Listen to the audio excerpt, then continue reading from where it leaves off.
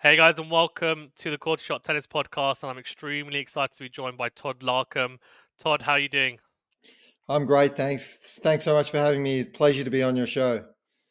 Yes, pleasure to have you. And for those that don't know, Todd is a coach and a very experienced coach at that. He's currently a coach at the Tennis Australian National Tennis Academy and has coached the likes of Nick Kyrgios and other established juniors as well. Um, Todd, it's great to have you on, and I wanted to talk to you a little bit first about CoachLife because we've been brought together with the platform. And we were talking before, I was looking at some of your videos on the platform, and they're incredibly informative. Like, I was trying to get tips myself, and there's some incredible information on there, which I found really eye opening. Do you want to talk a little bit about your coaching style and also the platform as well? Yeah, absolutely. Yeah, CoachLife, I think it's such an amazing idea. I don't think there's been anything like this before where we've brought together real coaches who have done the real work with players through their junior, lot of through their junior years, and really built their games, and players who have really gone on to be, top 20, top 10 players. So there's something like 600 videos on there. It's going to cover everything from drills to developing junior technique, to strategy, sports science, movement, anything you can think of with tennis. Really, I think there's going to be a video on there. And like I said, from coaches, not from players, but from coaches who have really done the work and several years with players who have gone on to be really great juniors and great pro players. So really excited to be part of it and contribute to it. And I think I've got hopefully some informative videos on there, and I know a lot of other coaches do as well. Personally, I can't wait to get stuck into it and really look at get some information off other coaches. It's really exciting. Yeah, exactly as you said, it's a fantastic hub for players of varying abilities, from someone who might even just be like the aspiring tennis player, someone who's never even played before and they want to get into sport, to people who are aspiring pros or they're pros themselves. And I myself, as a club player, was looking at your brilliant kick serve progression video and thinking, okay, Yes. right, I'm going to try this out. I've got decent kick serve, but how do I want to improve it? I was looking at your slice backhand as well video, and there's so many videos that you have your personally on the platform. So, if you're watching, it's definitely worth checking out. It's an incredible tool, I think, for anyone who is a tennis fan or tennis player and wants to improve their game and get more information. Um, Todd, talking about then your coaching style, I Yep. was watching some of the videos, and I got a feel for it. But do you want to tell me yourself what's your I guess your kind of concept as a coach? Like, what do Yep. you really believe in? What do you instill in your players? Yeah. So I suppose as a coaching style, I'm probably more actions than words. I believe in hard work and training at a really high intensity. And really, my sessions that I run are pretty hard physically. Always pride on myself on hitting a lot of balls, doing a lot of physical sessions, not talking too much, having a plan with your player prior to walking on the court. And then when we walk on the court, for example, to do a private lesson, we know what we're going to work on, and we go about and we get the business done, and we don't waste any time at all. I mean, a lot of junior players, I work mainly with junior players, elite junior players, most of my coaching career. I had a brief time with Nick Kyrgios on tour for about 9 months, about 8 or 9 years ago, but mainly I've worked with elite junior players, and I may only get one-on-one. I might only get 2 to 3 hours a week on court with them. So we've got to be really specific, and really work on what they need to work on, and really go out there and get the job done. And I'm not a coach that sits around and has lots of breaks and talks a lot.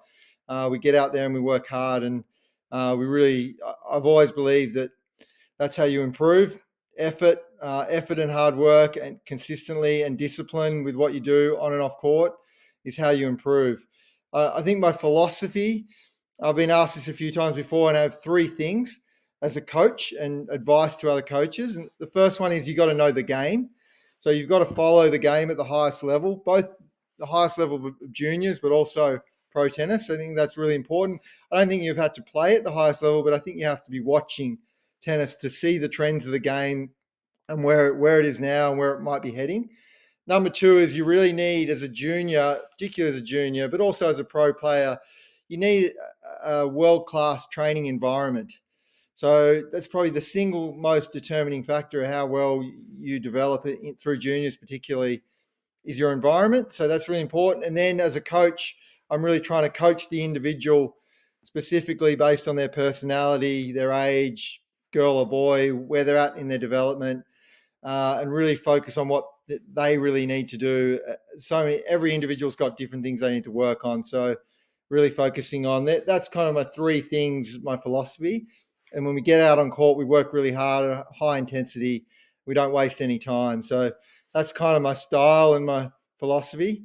I think I've had some good results over the years with juniors, particularly in Australia. Quite a lot of national champions, etc. Amazing. That sounds. Oh, it sounds amazing. I think the high intensity I can imagine is something that's really important, especially given that you're saying you only sometimes have a few hours on courts. It's about getting the most out of those sessions and being able to uh, make sure that they are like fulfilling their potential to the fullest and not wasting any time. But in terms of, like you said, it's almost like a case by case basis depending on the person and personality. So will you, when you're coaching, uh, say you've got someone who's very, I don't know, maybe introverted, and they're a lot more defensive, say, in their game, and that kind of is their style, to someone who's more aggressive and they're a bit more brash on court. What's the difference how would you coach them differently? Like, would you coach them differently in terms of like tweak it to adjust to how they're being, and then just kind of feed into it, like really pull into their strengths, or would you do something else to kind of level it a bit more? Yeah, it's a really good question because it's so. I think the game style that kids play, particularly when they're in juniors, is so much based on their personality. So Kyrgios, for example, quite an outgoing character, a loud, aggressive type player, big personality, extrovert, and I think I gelled really well with him because I'm probably the opposite. I'm quite quiet. I'm hardworking, disciplined, so I really kind of melted well with him because I could bring him back and give him more structure, more discipline, and narrow down on what he needed to work on. And he could bring the talent and the extroversion and the skill that he had as a junior and as a player. So we combined really well. But I think those personalities, those introverted kids, they usually play very conservatively. So with those type of kids, I'm really trying to force them to play more aggressively and develop drills where they're trying to develop their weapons more.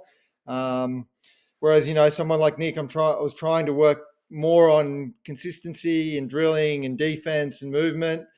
So yeah, tennis is such an individual sport, and personalities are so different, and people's the way they play and the way they kind of compete is different as well. So it's such an important thing in tennis to really coach the individual. I think most great coaches would agree with me, particularly those ones on tour.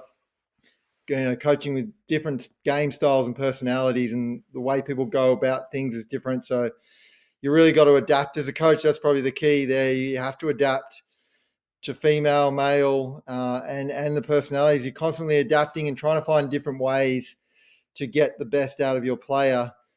You try some things that don't work. You got to try other things. You got to find things, and you've got to find a way to get the end result that you're looking for. Yes, mate. It sounds like you're always almost learning, because you might come across a junior player that is maybe completely different to what you've ever even encountered, and then it's a new challenge, but an Yeah. exciting one, I'm sure, as well.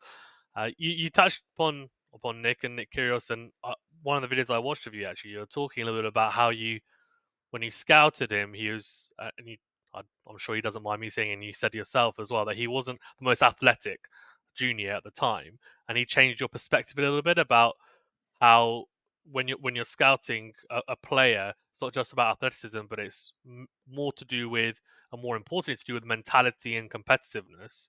Could you touch upon that a little bit, and like how that's important in a junior player? Yeah, absolutely. I think when I came off tour, And you come off tour and you think such a physical game. I'm really looking for that athlete, that great athlete. But Nick kind of changed that for me, and it's certainly changed over the years for me. And I realized that the number one thing is you've got to be able to compete. In tennis, the scoring system, the amount of matches you have to win as a junior or as a pro player to get anywhere, it's a high volume of matches. So many matches of those matches are going to be close.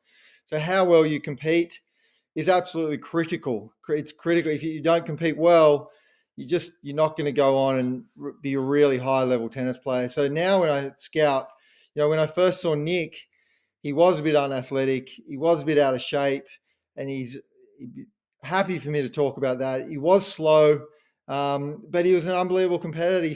He was one kid, the most I've ever coached, the best kid I've ever coached, who always finds a way to win.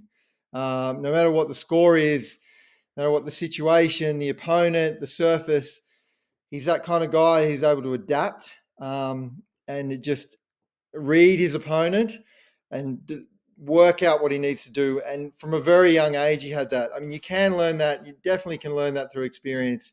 But he just had that naturally as a kid from a very young age. And it's really interesting. And when I look around the courts and I'm looking at young players, 9, 10, 11 years old, I'm really looking for that competitor, the player who wins even at a young age, the player who finds a way to win and competes well when it matters in matches and those big points.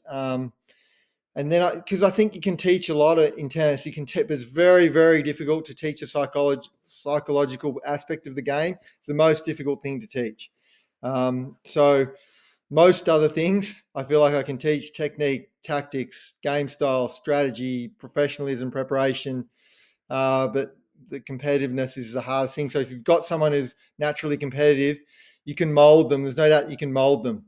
But if they're not competitors from the start, then they don't want to compete, then it becomes a lot harder and a lot more challenging for coaches to try to really make them passionate about competing and want to get out there and want to get in those tough situations and challenge themselves and win those close matches.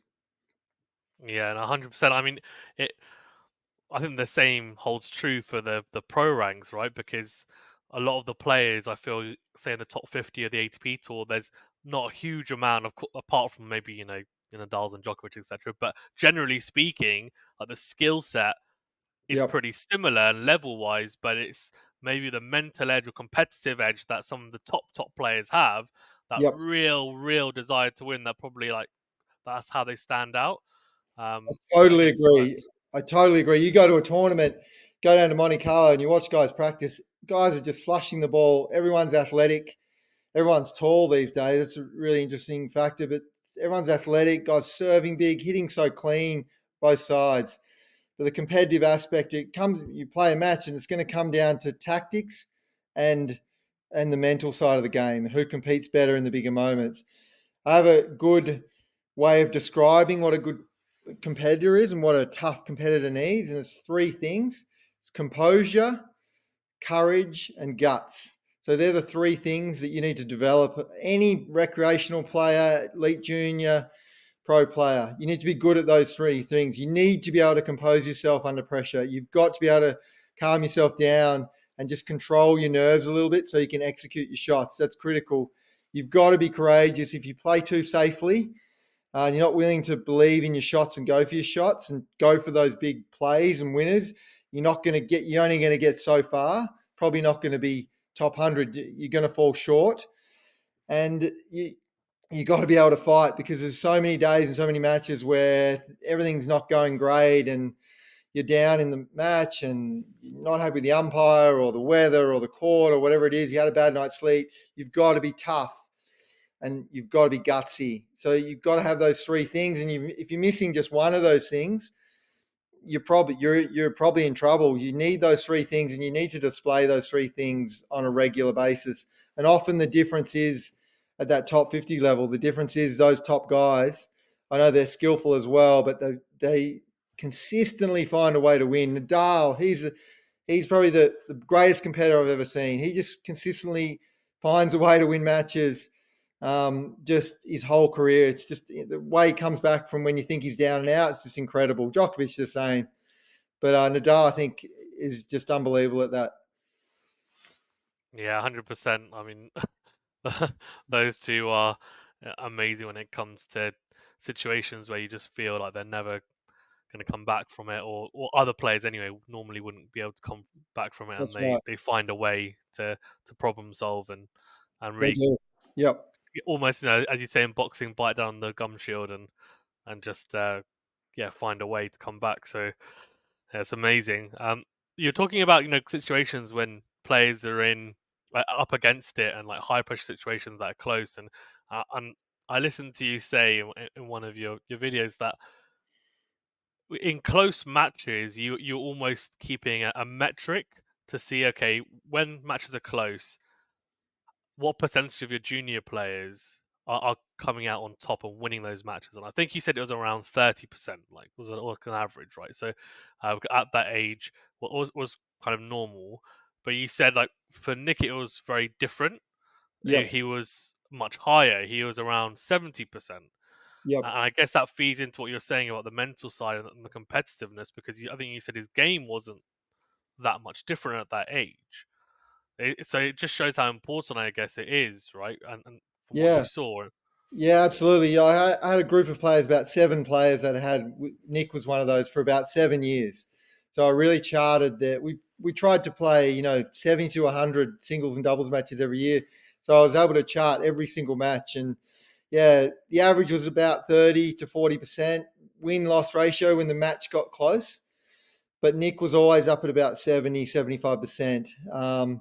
Some kids were around 50. I know in my career, the first half of my career, I was at about 50%, which is really not good enough. And then the second half of my career, I was about 75%, which is when my ranking improved and I got some better results. So, and that was all mental, some tactical and but that the mental and tactical will go together, being clear tactically under pressure and then being able to execute mentally and do the right things mentally. So it's absolutely critical. That's what I say about the competitor. I think I can teach most things, but if you've got a kid who's at 13 years old and winning 25% of close matches, you might be able to get him to 50, but it's a lot harder to get him up to 75 at some point. I've charted professional matches as well, and the best players are up around that 75%, particularly if you want to transition from, say, 300 in the world to top 100. You got to win so many matches at challenger future level. You need to win a lot of matches within a 12-month period. Otherwise, you lose your ranking points. So you've got to accumulate a lot of ranking points within that 12 months. But you need to win a lot of close matches in that period. So mentally, you've got to be at the top of your game week after week. So I really think it's the most important part of tennis. Of course, you've got to have the other skills. If I'm 400 in the world and I'm a great competitor, I'm still not going to beat Djokovic probably, because he's also a great competitor. But even if I'm a bit better than him mentally, he's got more skills than me. But when the matches get close, that's what it comes down to. yeah, I agree. I think tennis is the one sport where the margins are so fine, and it's Yep, also one of the only sports where you can lose more points in a match and still win, which is that's right. crazy to say, right? A lot of people, I talked to my wife who does never played tennis before, and she goes, the tennis scoring system is so silly. You can lose more points and still win. And I said to her, well, that's the beauty of it. It means that in the crunch moments, in the really crucial moments, there's a lot more emphasis on picking up your game and being clinical in those moments. And Yep, it's incredible, and it makes it unique, I think, as well. But yep, it does mean that the mental side is tapped into more, I think, than and saying some other sports where it is just, it's linear. It's okay, first to 15, and it's very much okay. Well, 15 points, that's a set. yep. In other, say, racket sports, so it's incredible to watch.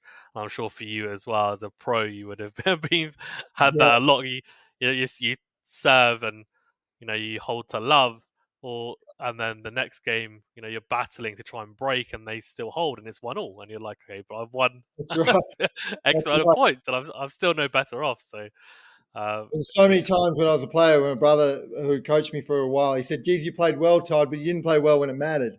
You played great, but you didn't play well when it mattered. So you lost.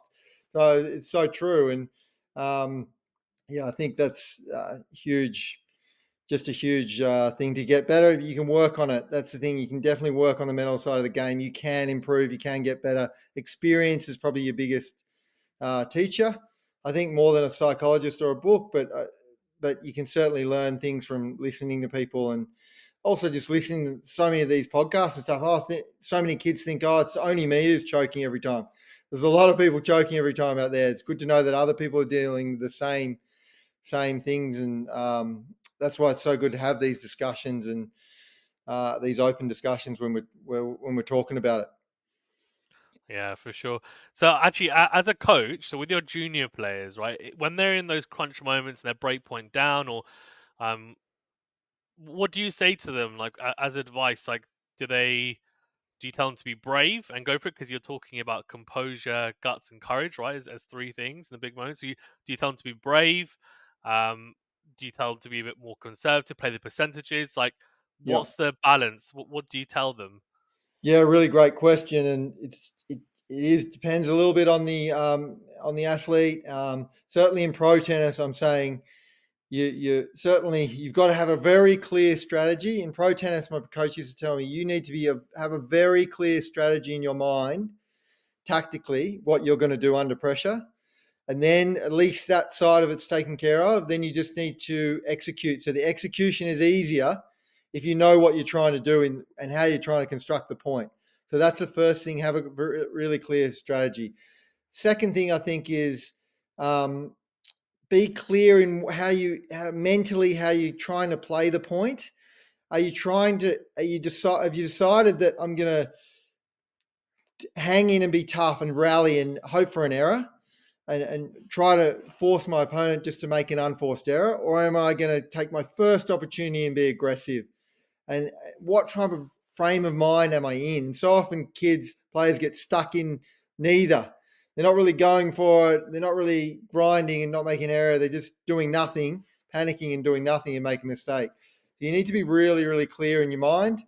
Following mental routines is really important. Having keywords or phrases to say yourself, come on, relax, go for it, or come on, step up this one, or come on, don't miss, don't be, be consistent here, whatever. I think those key phrases are important. Just taking your time and take a couple of deep breaths, just trying to compose yourself. I think they're two or three things that I try to tell my players, don't rush, follow some kind of mental routine, and then be clear tactically in your game style and what you're trying to do in this game. In this point, always play to your strengths more than your weaknesses. You don't want to if you've got a weak backhand, you want to be stuck over in the backhand corner defending. You want to be attacking with your forehand. So you try to structure the point. So you're playing to your strengths and imposing your strengths on the opponent's weakness. Certainly trying to hit your opponent's weakness under pressure is critical. How many kids I've told hit to the person's forehand under pressure because it's not very good and they hit 8 balls in a row to the backhand. So you've got to be clear tactically on your opponent what their weaknesses are as well. Okay, good. So be decisive, and Yeah, if you're going to be aggressive, be calculated in it. So know your correct. tactically how you're going to play out the point. Calculated risk is positive and aggressive and take calculated risks. You've got to be courageous generally. Even in juniors, at the highest level of juniors, you want to win a nationals or go deep in a national title, you've got to be courageous and back yourself. You're not going to win playing super conservative. You might win a round or two, but you're not going to go much further. And that's the same in all levels of tennis, I think. That's where you need that courage and belief to take calculated risk, which is your strengths. You've got to play aggressively with your strengths and go for your strengths. And maybe if you've got a weaker side, maybe that's a shot you just hit it in and rally. But when you've got the shot on your strength, you've got to go for it. Yeah, makes sense. And you're Yep. talking about the forehand being a strength for most players.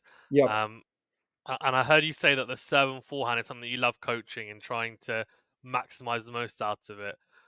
Why is the serve and forehand to you so important in tennis? And instilling it into players, like what does it bring just for people at home who maybe Yeah. don't know why it's so important? Interesting, because I've always thought that your weapons are your serve and your forehand, and your shield is your backhand. That's kind of how I've always coached. Coaches might disagree, but I would say your backhand's got to be rock solid and be a shield. And if you're going to go anywhere, you've got to have a great serve and a great forehand. So I've always believed in your strengths are more important than your weaknesses. So a player who plays aggressively and does it really well will go further than a player who plays like a counterpuncher and does it really well. So I've always tried to teach players to play aggressively, back themselves, and go for it under pressure. And certainly that's something that Nick really took on board. That's why I think I gelled well with him, because that's how he wanted to play. But I just think having a good serve and a big forehand takes you a long way in the sport. Even if you've got a dodgy backhand or you can't volley, or if you've got a great serve and you can back it up with a really good forehand, you're going to go somewhere, I think, in the sport. I don't know how far that is, depending what other skills you've got. But there's the two shots I think I've specialized in coaching, and I've got systems to coach really well. I've put some videos on CoachLife where I feel like now I take on a player, I just follow the system. I know the outcome I'm going to get. They're going to have a good serve and a really good forehand. Whether how great that is depends on the individual a little bit, how well they can execute it. But I know that technically I'm going to give them those two shots. I can teach really well, and they're going to have, going to end up really good shots, and they're going to be weapons for them. Yeah, no, good. That makes sense. So what do you do if a player comes to you then and they say, and you start coaching them and their backhand is so much better than their forehand? Like, Yep. and they can do things on the back. They might, like nowadays, right? You see, still not as much on the ATP, more on the WTA, but like you might see like a Medvedev or a Zverev. They'll almost like run around the forehand at times and Yep. go in to out. So what would you do there? What would you do there with that player? I actually like that player because then I don't have to teach him how to hit a great backhand. I don't mind that. I personally don't mind that. So I still think I can fix or improve anyone's serve or forehand. So I probably won't change the game style, but I'll still say, look, you got so much improvement if you had a better serve and a forehand, better forehand. So I'll still have a crack. I'm confident that any forehand that comes to me, I've had a lot, or any serve that I can make it better. Backhand, oh, I haven't had as much success. You teach a good backhand, but I think that's where you rely on other coaches sometimes. I've got my colleague of mine who's unbelievably good backhand coach. So if I've got someone with a really bad backhand, I go, you need to go and see Alan. He's going to fix your backhand if it's really bad. Um, so I think that's where it's really important to educate yourself, continue to educate yourself, and continue to look to other coaches as well for advice. And also if you've got a player and you think, they need maybe someone, a different coach. I've passed on several players where I think, I think we've been together a few years. I think I've helped you in so many areas, but there's a couple of areas where I think we've hit the wall and I can't help. You need to go to that coach. Is a great psychological coach or a great backhand coach. So I think that's an important thing for coaches as well, to be humble and know when you need to pass on a player. Yeah, Always best interest of the player, not the coach. yeah, and that's amazing. I think as a coach, we to say that is, yeah. I mean, it's definitely it shows that you're you're humble in the sense that you know your strengths and you know what you're amazing at, and that you're also you have the kind of sound of mind to say, well, actually, I'm comfortable with myself that yeah, I can do X, Y, and Z, but maybe if this player needs something else, then I'm going to look out for the best interest of the player, which is amazing. And I'm sure that's what all players and parents of junior players want, right? From a coach, they want a coach who's looking out for the player rather than themselves. So it's a very selfless way of thinking about it, for sure. And you mentioned as well, like I saw that you were talking on Coach Life about obviously when you had the same thought about Kyrgios and thought actually at the time now's my time to for yourself and him to part Yeah, ways and him to advance in his career. And it was after not too long after he beat Federer in that 2015 Madrid Masters tournament where he won, I think it was like 14-12 in the deciding tiebreaker. So an incredible match and a surface that obviously plays maybe not hasn't always been Nick's favorite surface, but he did that's really right. well against the world number one at the time, Yep. in Federer.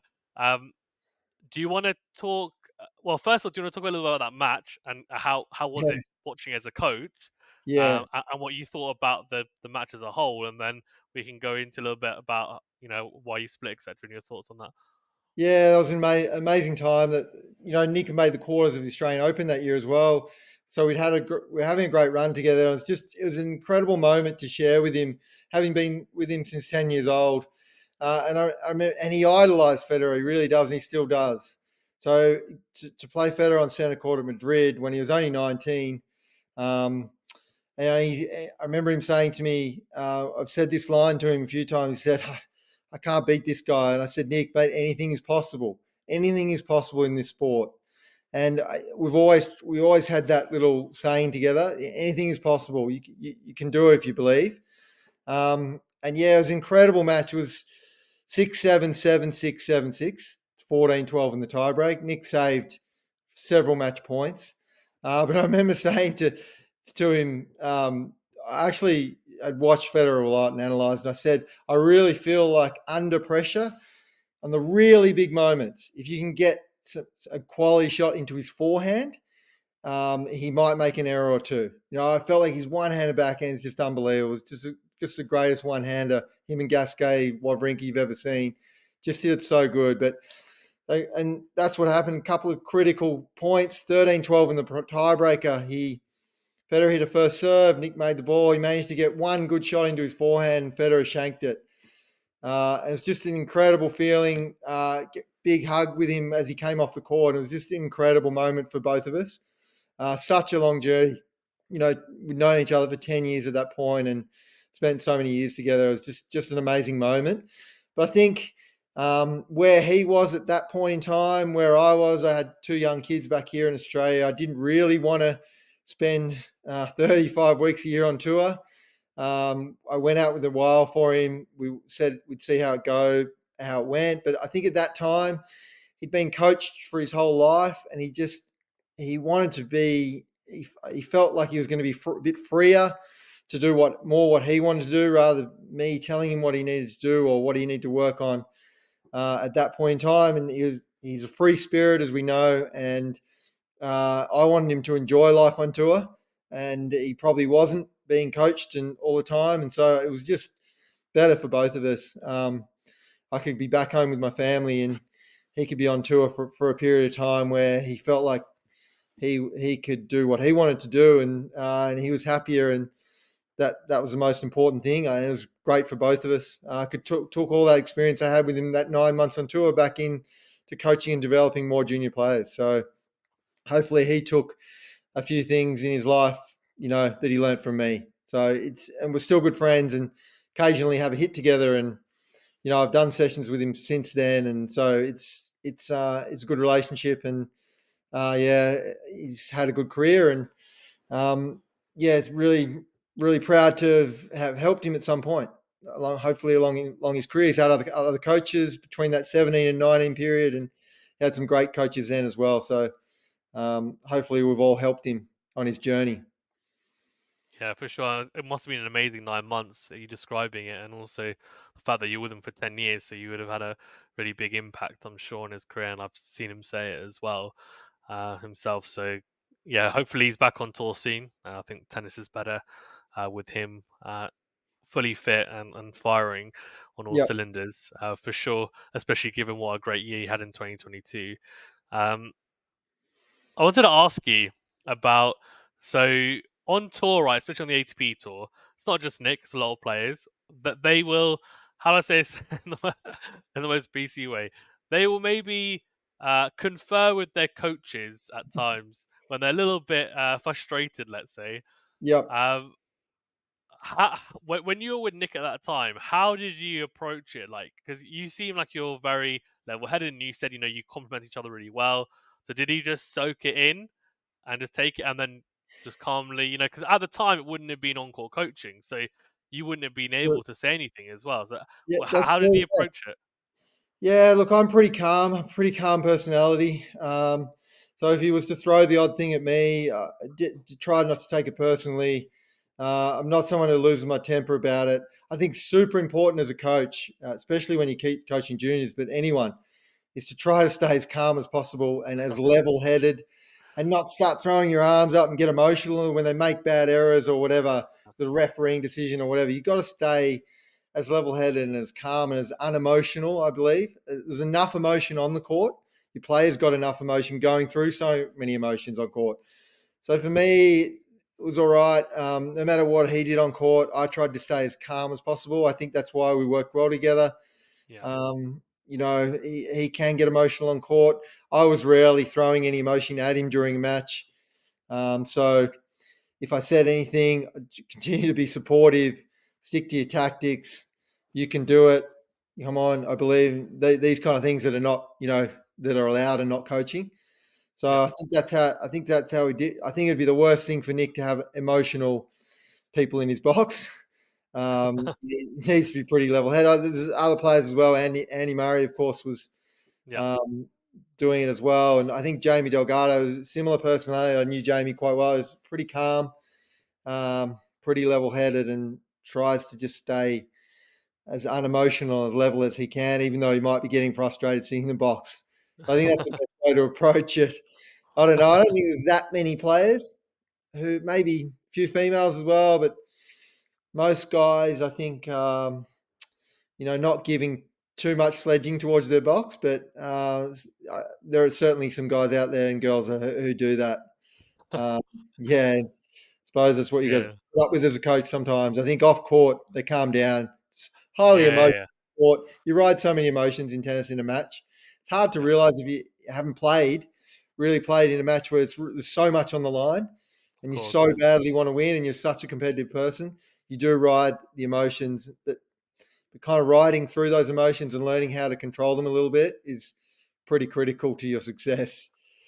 Yeah, 100%, and yeah, that makes a lot of sense for sure. And it's just funny because obviously nowadays with on-court coaching, you see some of that interaction a bit more, and like Medvedev's a really good one. Like he'll constantly shout to his box, and I think once he was talking to his coach, and his coach left, and they're really close. Like they've been together for ages, and he was in the box after, but he was just like, "Oh, I don't want to deal with it anymore," and kind of just walked out. Yeah, And obviously they've had incredible success, but they've got like a very like interesting relationship. Like it's yeah. very kind of fiery at times, but um, yeah. Then obviously got like someone Sometimes like there's only so Stephanie much Haddad. you can take. Sometimes there's Yeah, only so much you can take as a coach, isn't it? For sure. You cross yeah. that line, sometimes you just have to leave, probably. Yeah. Yeah, I think once he actually told him to leave. Actually, Medvedev, actually, that was Yeah. quite funny. Yeah. So, but for you, actually, so now, like, say you were coaching a pro player now with on-court coaching, would you just not change your approach at all? Would you still be very much like, I'm going to be calm, only be positive? Now, Yeah. obviously, you can talk a little bit, but when the player came to you in between changeovers, you would just be saying to them like, okay, only positive, very Yeah. kind of short snippets. Is that how you'd approach it? Yeah, I think you got to stick to certain short things and key words and be consistent. But geez, I'll be coaching tactically a lot. I think there's so much when you're a player, even the best players, it's harder to see what's going on in the game tactically than if you're just sitting behind the court from the best view. You're seeing every ball, every height, every spin, every pace, where the opponent's going under pressure, what patterns they're playing. So, gee, I think it'd be a massive advantage tactically. So I'd be talking to my coaches tactically, to my players tactically a lot, a lot. What's happening out here? Where are they serving and hitting under pressure? How are you going to counter that? Where do you need to go? So every shot in tennis you hit, something I really learned from other coaches and as a coach and player, every shot is a tactical decision in tennis, highly tactical sport. The maybe only exception is if Kyrgios hits a 210 serve at you, there's not much decision. You just want to get the ball back in the court. But every other shot you hit in a tennis rally, you've got a decision. Am I going to slice it? Am I going to hit hard, line, cross, spin? How much am I going to go for? Every shot is a decision. So the better tactical decisions you make, the more points you win, the more sets you win, game sets you win. So if you look at it that way, such a tactical sport, and I'm quite a tactical coach, and the coaches I had were quite tactical. So I'd be talking a lot of tactics, but mentally, I'd be saying probably two or three key things, and being positive and calm, positive and calm. That would be the messages for sure, consistently. Aggressive, That's positive, calm, believe in yourself. take your time Yeah. under pressure, think clear, think clear tactically. Yeah, Todd, I think you're the type of coach I like to have in my corner. If I if I was playing pro, to be fair, Oh, I don't think I would not fare well with someone being a bit more emotional because I can get a bit yeah, emotional on court myself. um, yes, like growing up as a coach, obviously, because I know you like with family history you've got of former players like yourself and also coaches. But who do you look up to and who do you learn off the most? Like who do you kind of maybe idolize as coaches? yep. Um, coming up after playing and then becoming a coach? Sure, yeah. So certainly learned a lot off my brother, who has been a very successful pro tour coach. I've been more in the junior space. He's been more in the pro tour space. Certainly, someone he's been a mentor for me. But guy by the name of Ray Ruffles was a real mentor for me. Ray was a really successful coach in the 80s and 90s. He coached Woodbridge and Woodford. They won 20 odd doubles Grand Slams together. He was coach for the whole period, but they also were both top 100 singles players for about 12 years in a row. Another guy is David Taylor, who people would have heard of. He's a very successful WTA Tour coach. Coached Sam Sosa for many years to a Grand Slam title. Finished in the top 10 in the world something like a dozen years in a row. He also took Alicia Molik to the top 10 in the world. He's coached Tom Lanovich. He worked with Hingis, several other top 50 players. So he's someone I really look up to. He's got incredible insights into the women's game. So I think it's really important as coaches, you learn about both and the differences in both and the difference of how to coach females and males. He's certainly approaching it in a different way. So that's really interesting. So there are three or four guys, that I've really looked to. I've listened to Darren Cahill. I think he's a great coach. I've listened to, he's come and presented to Tennis Australia coaches a few times. I think he's a great coach and such an experienced tour coaching on tour is so much different to coaching juniors. Juniors is so much about the developing the skills, whereas on tour it's so much about the tactical and mental side of the game and the preparation for the matches. So it's really different perspectives. But mainly Aussie coaches that I've learned of, and there's three or four guys that I've learned so much from, and that's why I love CoachLife so much, is to listen to other coaches rather than listen to players who often have a different perspective. To really listen to other coaches who've been really successful. That's how you improve as a coach for me. And going out trying to have a crack at it, but really, having those mentors as well. Yeah, that makes a lot of sense, and it sounds like you're yeah, you're a coach that really soaks up Yeah, everything. And you were saying that you're really looking forward to um, continuing to go through the platform coach life and find out about it, how everyone else coaches as well. And it just shows that even as established as you are, you still continually wanting to learn, which is incredible. I wanted to ask you about a specific coach actually, because I feel like in the tennis world, there's kind of like really differing opinions on it. I wanted to get your view on it, which is Patrick Moratoglou, who's obviously coached Serena Williams in the past, and he's now coaching or has coached Stefano Tsitsipas, now coaching Holger Rune. yep. Um, have you seen much of his stuff? Like, have you had interactions with him? What were your thoughts on his coaching style and his academy, etc.? Yeah, look, I've read a bit of it and looked a bit and talked to other people about his academy a bit. And obviously, actually don't know him personally, so I haven't had many one-on-one conversations with him. Haven't had any. I've seen him on a couple of podcasts and stuff, listened to him a bit, YouTube, etc. He's obviously a highly successful coach. So what his philosophies are, I'm not too sure, but what I probably highly admire about him is that the environments that he's creating. I mean, the one in Nice, and I think he's got one in Paris as well. But for me, that's he's creating world class training environments, very similar to what Bollettieri did, and he was a pioneer of that. And I'm a huge believer in players come out of environments. So you're a product of your environment that you grow up in, combination of your personality as well, but you have to be in a world class environment if you're going to be a world class player. So I really respect that he's gone out and created those world class environments, and I know a lot of players have been there and they really enjoy it there. So, sorry, I can't talk more about his philosophy on coaching because I haven't really sat down and talked to him about it, but I really admire his work ethic, his entrepreneurial risk taking that he's done to set up these academies, incredible effort, and his passion for the game and developing players is enormous. So I wish him all the best, and he's already had a huge amount of success as well. So Yeah. yeah, I'd say yeah, you should get him on your show. It'd be great. Yeah, Yeah, he's on the wish list. He's on the wish yeah, list. um, in terms of like, I talked a little bit about Steph and his dad, like Stefanos Tsitsipas, and he has his dad as his coach. And throughout tennis history, there's been a mix of parents and players, and some have worked out well, some have not worked out well at all. As someone who has a lot of junior players, I'm sure you come across parents who are very heavily involved. They may not necessarily be coaches. yep, What's your view on the parent yep, player coaching relationship? Do you think it's a good thing, a bad thing? It depends on the yep. scenario. Like, what's your view of it? I've got pretty strong views on it. I say for every one parent who is a coach who's been successful, who's managed to be successful and still have a great relationship with their child for the rest of their life, there's another 99 who have failed. So for me, I do not recommend that parents become coaches. I think parents have a really super important role. I'm not having a crack at parents. They've got a really important role in their kids' tennis journey, but I just don't think it's coaching.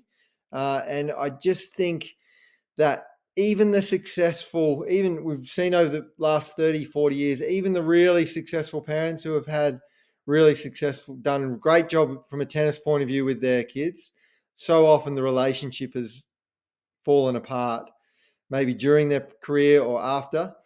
So I really don't think it's worth it that you would sacrifice your relationship with your child in order to have a great tennis player. Parents have got a really strong, really important role. I think it's really important that the coach and parent work together. So we're part of a team. I don't uh, exclude parents at all. I work really closely with parents, but just important that they know what their role is. They've got a really important role in developing mental toughness in their kids, and that's the number one factor in tennis. So I say to them, "You got so much to do as a parent. You got to organise them. You got to arrange their training week. Sometimes you've got to get them to tournaments, fund it all. You got to run them around from school to training, and you've got to develop them into tough, professional, organised young people. So you've got heaps to do, but I don't believe coaching strategy, technique, mental advice before or after the I just don't think you can balance being a parent and a coach. I think parents should have unconditional love for their kids, regardless of whether they win or lose. Their actions should be the same every single time when they win or lose. I love you no matter what. Great effort, good performance, well done or bad luck. And that's all you need to say as a parent. If behavior is really bad, I think parents have got a role to play there to rein their kids in a little bit, sportsmanship and behavior. But outside of that, I think, I think parents should stay in, do what they need to do as parents and be parents, and coaches should be coaches. I think parents can still do some on court training sessions as well. They can throw balls or feed balls, back up what the coach is doing, do targeting, and you can do parent sessions. I think they're good. They don't cost anything. Sometimes the coach is not there. You might be at a tournament, warm them up, whatever. But pre-match and post-match discussions and all that coaching side of stuff, I think parents should just stay out of it. I think they'll do better. The kids will do better. They'll be tougher if they know that mum and dad just supporting, and they just want me to behave well and fight for every point. And mum and dad will be supporting me there no matter what, how bad it gets. Mum and dad will always love me, not be conditional on whether I win or lose. So that's the message I deliver. Continue to deliver to every parent. And I've worked with a lot of difficult parents, as have most coaches have, who are hell bent on just having a champion tennis player. That's seems to be sometimes their number one goal ahead of their relationship with their child. So yeah, it's a really interesting thing. I try to really work with parents and talk to them about it and see if we can get clear roles and go forward with it, and we'll all be happier. The child is usually happier as well. Then they might play better as well because they're in a better space. Yeah, no, I can tell you're passionate about it. I can understand why. I think, yeah, the parent player relationship. I personally am, as well, am not a massive fan of it because I just feel that, especially at the level that the junior level as well, a lot of say tips you might be giving them, they may then teach them something different, especially if they play themselves as well. That's when then it can get confusing for the child and they don't develop at the same rate because they are getting two people telling them differing ideologies. And I've actually heard at my club, our head coach, who sometimes will coach a kid who's only maybe 7 or 8, he'll be doing something in the warm up, and the coach will say to him, "Where have you learned to do that?" And he'll say, "Oh, my dad told me to do Yeah, this. Like he was telling me to do this." And he was saying, "Oh, he shouldn't have told you to do that. Like I've said to him not to basically get him, like not to do it." And yeah, so it just shows, right, that it can be harmful to the kid's development, right? And can be as a really. child as well, Yeah, it's not a great position to be in. You don't want the coach telling you like, "Oh, your dad's doing something wrong," and you go home and the dad, like, you don't want to be stuck in the middle either. You that's just right. want to be able to, okay, I'm coaching here, go Yeah, home, my dad's happy with it. He's he's happy with me, he loves me, etc. Fantastic. He's that's right. taking me and he's feeding me balls, and I'm working on what I need to work on. So, Yep. and actually, for parents who are watching, Todd does have a specific video on ball feeding and Yeah. general advice for parents. So, you've even got that as one of your videos, on 2 videos actually on it. So, Yeah, I've got more to uh, come as well. We're going to film some more of that. I think it's really important. I think there's a lot of yeah, parents out there. It can be valuable training sessions. So I've got heaps more yeah, drills and stuff that I'm going to add on in the coming 12 months as well. So amazing. hopefully you've got 6 to 10 drills and sessions that you could run as a parent, which are beneficial to your player. Just run the drills though. Don't give the advice. Just run the drills. Just do the drills and get it done and go off, have an ice cream with your kid. Don't do the coaching and the psychological coaching. That's where it gets really hard for parents. Just be parents. Yeah, 100%, 100% makes sense. So, if you, as someone from the outside looking in, and obviously you probably don't have incredible, extensive knowledge of like the whole setup and etc. But I'll take Tsitsipas as an example because we know that his dad is his coach. Who would you say would be a good coach for him instead of his dad? If he wasn't to be his dad, I know he had Mark Philippoussis, and that ended because he didn't. Again, he's got a younger family. Philippoussis, Yeah. they didn't want to carry on coaching him. But who would you say would be a good fit for him going forward? Someone He who's he a wants to win a very good, slam. yeah, someone who's a very good communicator, who's going to be able to communicate really well with the dad and with Stefanos. Someone you're not going to be able to cut the dad out and say, no, you're out now. You're out of the team. Just leave it to me. Don't talk to him. Don't. So you, someone who's going to be able to really, really get on with the dad and communicate really well with him and become friends with him, I believe, and win his trust over a little bit, as opposed to the other way of cutting him out. Someone who's going to be able to communicate with both and still be able to get clear messages and define the roles, really be able to get everyone within their team to define their roles really well. I don't know who that is, but it, I can't. To name names would be tough, but a lot of tour coaches are good communicators. I think that's probably the really important key part of that role compared to junior coaching. Where junior coaching, you got to be good at developing the skills more. You obviously got to communicate as well, but someone who'd be a really, really good communicator who could work with them and really define the roles and calm everyone down. Someone who's very calm because they're going to be highly emotional. You're going to need to be really calm. Um, and yeah, look, if you're going to take on that role, you got to be clear in what it is you're taking on. If you're the coach, well then the father or the parent has to step back and let you be the coach to a certain extent. If they're going to continually interfere and disagree, then you're the wrong person. So you're going to have a strong enough personality and be confident enough to say, look, I'm the coach. I'm giving the tactics. I'm giving this and that. You can get advise on something else. So if you're a strong, confident personality and a very good communicator, I think. Yeah, it makes sense. Someone who the dad's going to respect, right? Yeah, That's what you need, isn't it? So, absolutely. or So or, someone or, or who's the already mother, whoever it is. been, yeah, someone who's already been very successful, I think, and already coached Grand Slam champions. That's probably who you're going to need. Yeah, makes sense.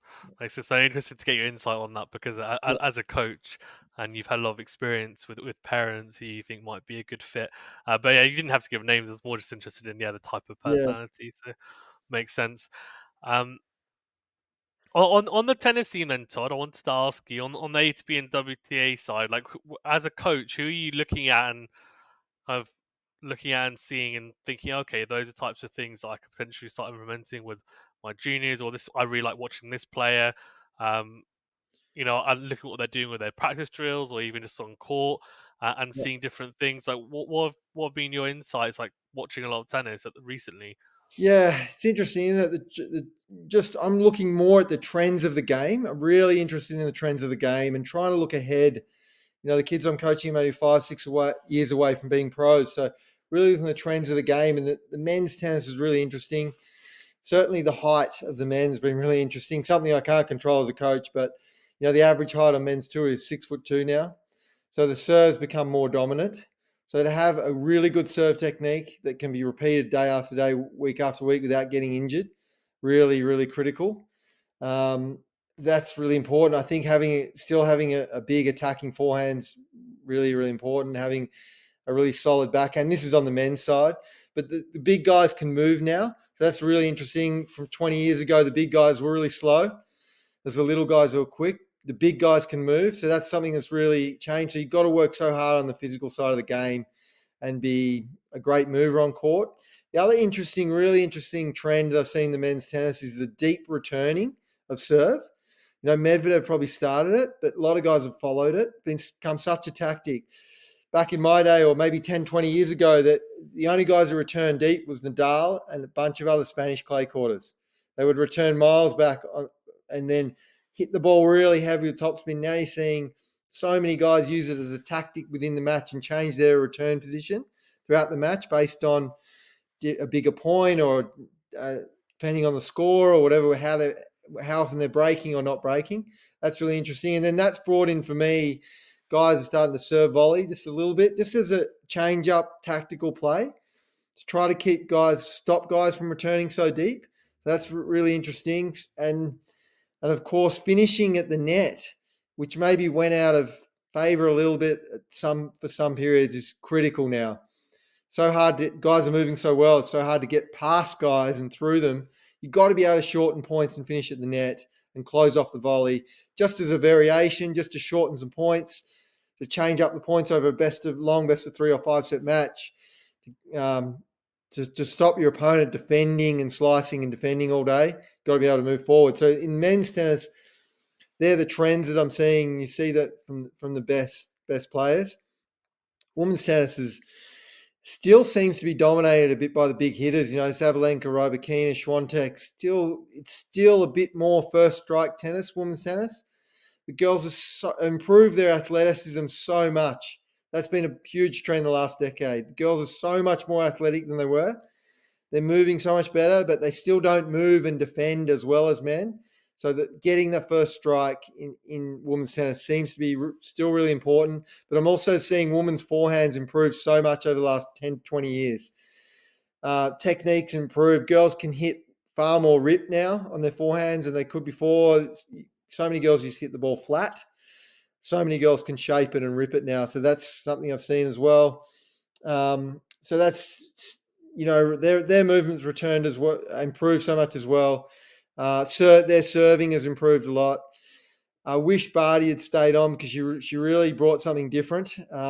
She really played totally different to, say, the top 3 girls now. So disappointing that she retired. But if you can have a slice backhand in women's tennis, if you can have a good slice backhand, she has proved how critical that is, how many points you can win from having a good slice. So trying in the girls that I coach to teach them a slice. So yeah, like it continues to evolve tennis. It was really interesting. Keep tennis magazines. I read about 5 years ago. I read a tennis magazine from 1984. Bjorn Borg was quoted in it, and he said at the time, "I don't think tennis can get any better than it is now." 1984, him and McEnroe were battling out, and they're so interesting because tennis just keeps getting better. I remember watching Agassi and Sampras in about 2001. Played some incredible matches, won at Indian Wells, and we were sitting there going, tennis can't get any better. But it has. Murray and Djokovic, Australian Open finals, took it to another level. And now I think these guys, Sinner and Djokovic and etc., and Medvedev, with their height and their movement, have taken it to another level again. So continues to evolve tennis. And as a coach, I'm just trying to continue to look at the trends and what might be the trends in the future.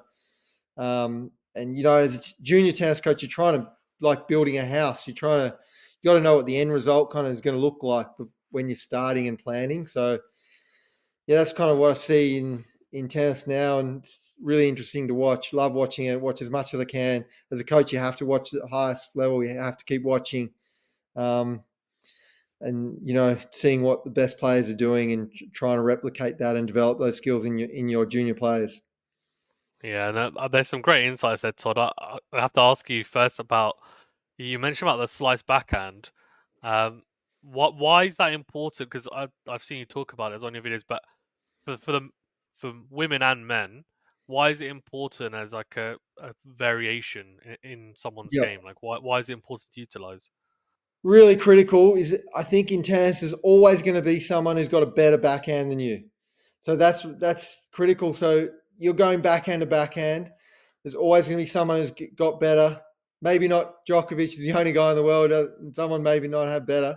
But if you can change it up with the slice, change that variation in the rally, it's absolutely critical. Most guys who have great backhands are good on every shot, but maybe struggle a little bit, or maybe you can nullify their backhand a little bit by throwing in a slice. Particularly if you can slice short to guys' forehand, change the direction of the rally with a slice and get the ball low, so players have to hit up. It's really, really important. So many players, as we've talked about, so many players hit the ball so good when it's in their hitting zone. So if you can get it out of the hitting zone and get it moving forward or hitting lower than their knees, lower than their waist, it's really, really important. It becomes a lot more difficult. I think in women's tennis, just because so few girls have a slice, so they just don't see it that often. So with Barty, they might play 20 matches, and then the 21st one is against Barty, and she's throwing every ball as a slice. It's just so different. But my brother always just used to say to me, there's going to be a lot of players who've got a better backhand than you. If you can slice, it's absolutely critical to change the direction of the ball and change up the pace of the rally and get out of that backhand to backhand rally. Somehow get out of that situation, which you're going to need to do. Approach shots as well is important, but changing the direction and the pace of the rally, I think, is the most important thing. In women's tennis, the girls hit the ball very hard, as hard as the men virtually. Men hit more spin, a bit more variation, but the pace of the ball is almost the same. They hit the ball so clean and hard that if you can throw them off, not give them a hard ball back, it really throws them off. Sometimes they try to hit the ball too hard off the slice and they make the error. So we saw that time and time again with Barty. So really important shot. Every shot's important, but try to, as a coaching, you always try to learn and slice. As a recreational player, if you had a good slice and Mm. not much else, I think you could win a lot of points as well. So Yeah, I can tell you can for sure. sure, sure. Yeah, really important Uh, shot for any level then, for sure. yeah, definitely. I mean, at just recreational club level, you have some of the older players. You have absolutely no drive backhand, but they've got a good slice, and That's right. uh, Yeah, they're not easy to play against because it's awkward, right? As you said, but yeah. I mean, it's interesting because with this slice, you're right. I mean, even Djokovic has got incredible backhand, but even Djokovic, you'd say Medvedev's, Sinner, Zverev, right? Probably the best backhands, I would say, Yep, two-handed backhands on tour at the moment. yep, And on the women's side, Sabalenka, Rybakina, Swiatek, none of them like hitting the backhand at ankle height, right? None of them do. Like, as in, they'll be able to make it, but they can't hurt you that's right. at that height because, as you say, it's out of the hitting zone. So Yep, that's, as you say, why it's so important to have that variety and mix it up. And if you play at one pace, it becomes so difficult, especially against someone like Swiatek at the moment on tour. You yeah. play at just one pace, and she'll just eat you alive because They're she won't going to be able hit to hit better than you. you, eh? They're going to hit better than you. Yeah, Most likely, they're going to hit better and cleaner than you. Look at yeah, Dimitrov, how well he's been playing. yeah. That's a really good point about coaching. Since Jamie Delgado has been coaching him, his results, Dimitrov, have improved out through the roof. So there's a good Yeah, example of maybe switching coach occasionally. yeah, Can bring a new lease of life. I mean, his results have been since September last year incredibly. He continues to play incredibly well, and such an amazing slice backhand. So yeah, he's really finding a way to beat the best players and not hitting over his backhand that much. I mean, he does have to on passing shots occasionally, but he is slicing a lot and beating. He's had wins off almost everyone. He's had a win over in the last 6 months. Sinner, Medvedev, Djokovic, whatever. He's almost beaten everyone, I think, and great results consistently going deep in the Masters titles and the slams. So there's a good example on the men's side. How yeah, critical a good definitely. class is. Yeah. Yeah, for sure. And you mentioned actually when you're talking about your insights that a lot more players are now starting to come to the net, whereas is becoming very baseline centric with I think probably because of Nadal and Djokovic on the men's side Yeah. especially. And nowadays people are starting to come to the net more. It might be to do with also the other factor you mentioned with people returning deeper, so then they're potentially rallying deeper. So it means players are thinking, well, it opens up the forecourt for volleying, for transitioning, for drop volleys, for Yeah. drop shots, Drop shot. shorter Yeah. angles. So I wonder because with the slower courts, well, I think the courts are getting slower, and I don't know what Yeah. you think as well. I agree. I Um, agree. why do you think that's come in to play? Is it because of the deep return position? Do you think people are starting to come forward more to the net? Yeah, that's 100% because of the slower courts. I think people are looking to other ways to finish points. Absolutely right. Why the slower courts came about? I think tournament directors and the tours that want longer rallies and want the variation, and they don't want really quick courts where it's bang, bang, bang and serve dominated. They want those. So there's no doubt that the tour and tournament directors have brought softer balls and slower courts. It's just a better spectacle. And I think it's better for spectators as well, but there's absolutely no doubt that that's been a factor. I think the two factors are the movement, the better defense, and the slower courts and slower balls. Players have had to find ways to win points. The drop shot, something I didn't mention, but that's really come back in the men's game the last 5, 6, 7 years. That was almost non-existent in the men's game, I think, for a long time. That has really come back, using that front bit of the court to win points. Sometimes just as a variation, just to keep your opponent guessing so they're not just hanging back all the time defending and you can't get through them. Just so they think in their mind, gee, could throw in a drop shot, put them off balance a little bit. Nick's done that really well, I think, with his drop shot. Really a shot that he's really developed through his pro career. He didn't play the drop shot that much as a junior, but it's something he's worked out that he's needed to bring into his game. And his forehand drop shot's become a really good shot. He uses it a fair bit. So yeah, really interesting how the game evolves. Certain outside factors influencing it, and yeah, coaches and players just keep trying to find ways to get better, which is great part of our game. Yeah, no, Nick's got a great touch at the Yeah, net and also the drop shot. So yeah, I didn't teach definitely. him that. I didn't teach him his touch. The probably, skills. probably just gifted. Yeah, that's fine. That's right. Did teach him the tweener then? Did you or the underarm serve? Didn't teach him those either. No. um, with the slower courts, like personally, I don't mind slower courts if they're clay courts. I don't know why courts are super slow and hardcore, and I'll get your opinion on it as well. But I think like grass courts, they should be fast. Yep. Hard courts generally should be fast to fast, like medium. But like having super slow courts, like I think we've seen it at like Indian Wells and some other courts, especially if they're indoors as well. I just don't get it because that's what the clay swings for. What's your thoughts on that? Because it'd be good to have variation, have more Yeah. players, have some sort of like difference between the surfaces. I feel Yeah. like we don't want to homogenize all the surfaces together. Yeah. To give different players a chance to win Exactly. in different seasons as well. I think that's really important. Grass, I have a big issue with. I think grass should be fast. That's the chance for those guys who want faster courts and serve bigger and come to net more and want shorter points. That's their chance to win. I do think that Wimbledon slowed down incredible. I'd like to see them just harden those courts up and quicken the balls up and make it faster. There's absolutely no doubt. Yeah, hard court's a controversial one, isn't it? The Aussie Open slowed down for sure over the years. The rebound ace was much quicker, but even 10 years ago, the balls were quicker.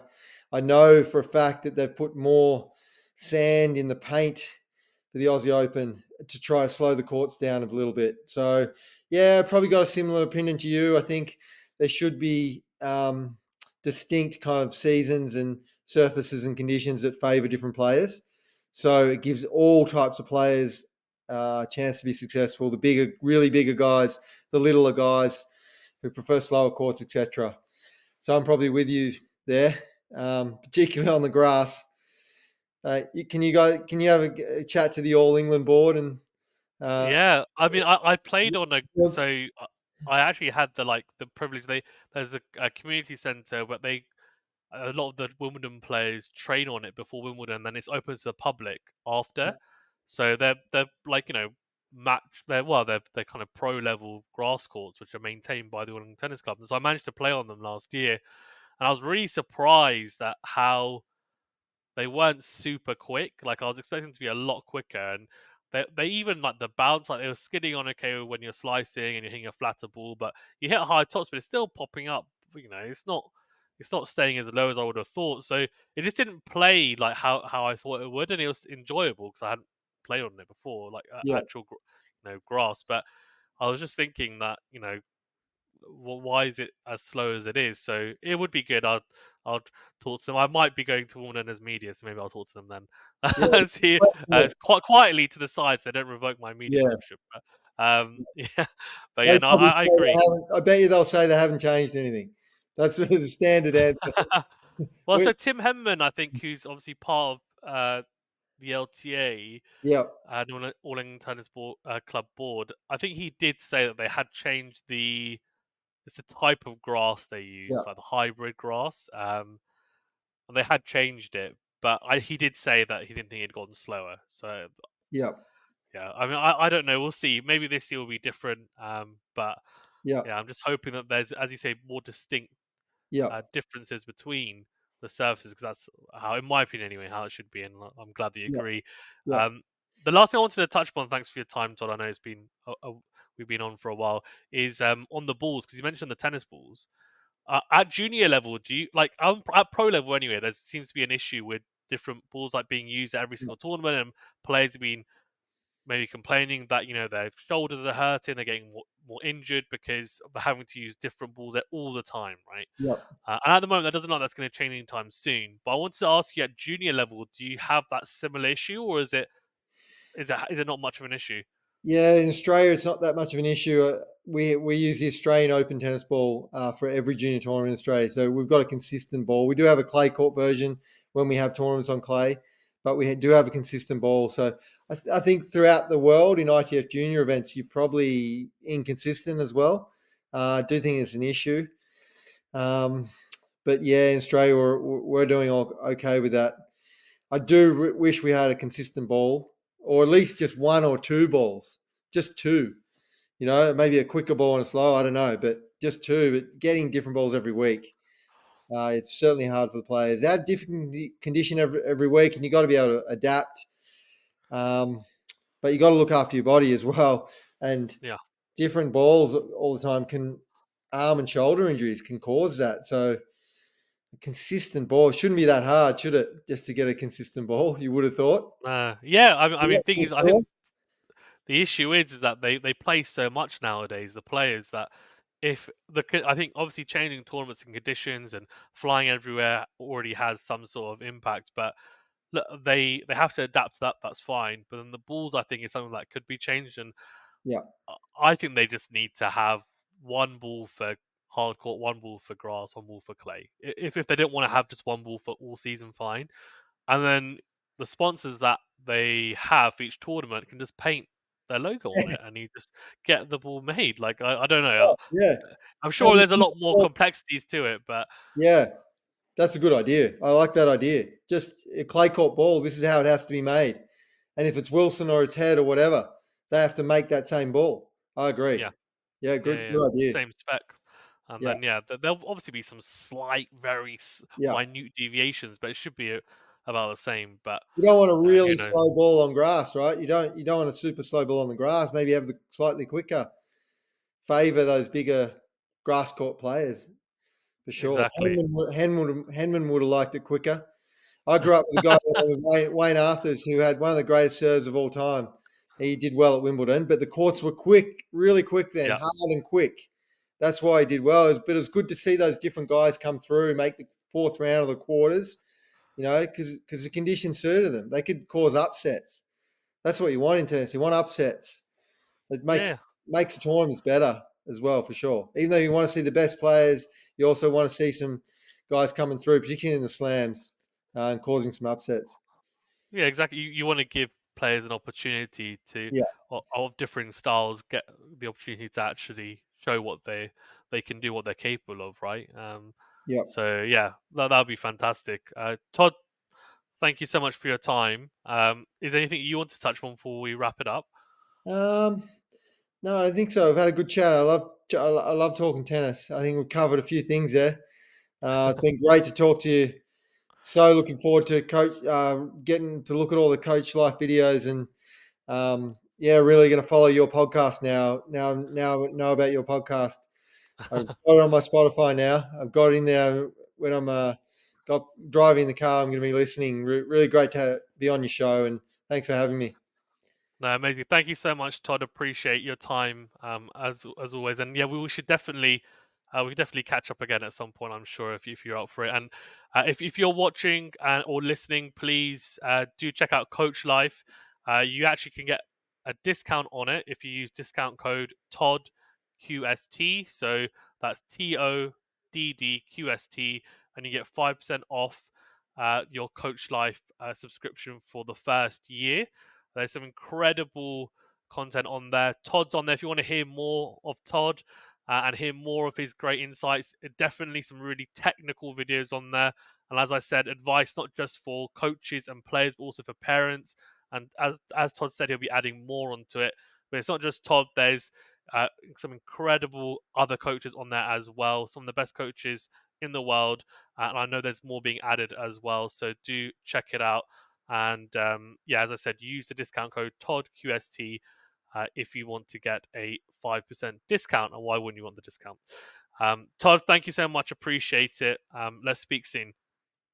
Thanks, mate. Good to talk.